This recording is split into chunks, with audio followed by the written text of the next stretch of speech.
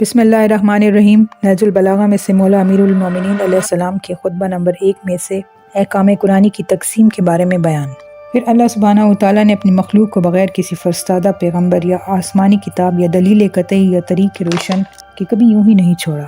ایسے رسول جنہیں تعداد کی کمی اور جھٹلانے والوں کی کثرت درماندہ و عاجز نہیں کرتی تھی۔ ان میں کوئی سابق تھا جس نے بعد میں آنے والے کا نام و نشان بتایا، کوئی بعد میں آیا جسے پہلا پہچانوا چکا تھا۔ اسی طرح مدتیں گزر گئیں، زمانے بیت گئے،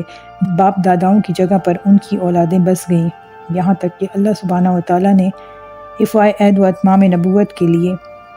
محمد صلی اللہ علیہ وآلہ وسلم کو مبعوث کیا، جن کے متعلق نبیوں سے عہد و پیمان لیا جا چکا تھا، جن کے علامات ظہور مشہور، محل ولادت مبارک و مسعود تھے۔ اس وقت زمین پر بسنے والوں کے مسلک جدا جدا، خواہشیں متفرق اور راہیں الگ الگ تھیں، یوں کہ کچھ اللہ کو مخلوق سے تشبیہ دیتے، کچھ اس کے ناموں کو بگاڑ دیتے، کچھ اسے چھوڑ کر اوروں کی طرف اشارہ کرتے تھے۔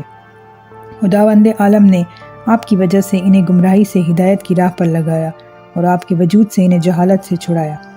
پھر اللہ سبحانہ وتعالیٰ نے محمد صلی اللہ علیہ وآلہ وسلم کو اپنے لقاء و قرب کے لیے چنا، اپنے خاص انعامات آپ کے لیے پسند فرمائے اور دار دنیا کی بود و باش سے آپ کو بلند تر سمجھا اور زحمتوں سے گھری ہوئی جگہ سے آپ کے رخ کو موڑا اور دنیا سے باعزت آپ کو اٹھا لیا۔ حضرت تم میں اسی طرح کی چیز چھوڑے گئے جو انبیاء اپنی امتوں میں چھوڑتے جاتے آئے تھے، اس لیے کہ وہ طریقے واضح و نشان محکم قائم کیے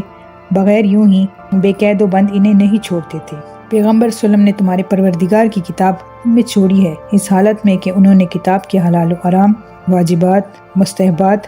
ناسخ و منسوخ، رقص و عزائم، خاص و عام،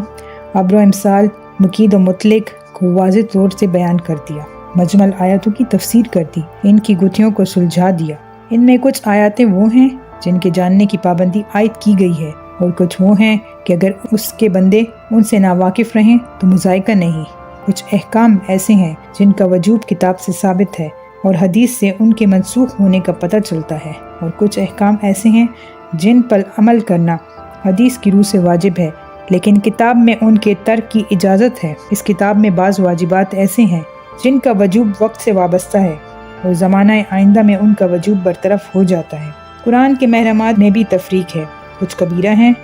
جن کے لیے آتش جہنم کی دھمکیاں ہیں،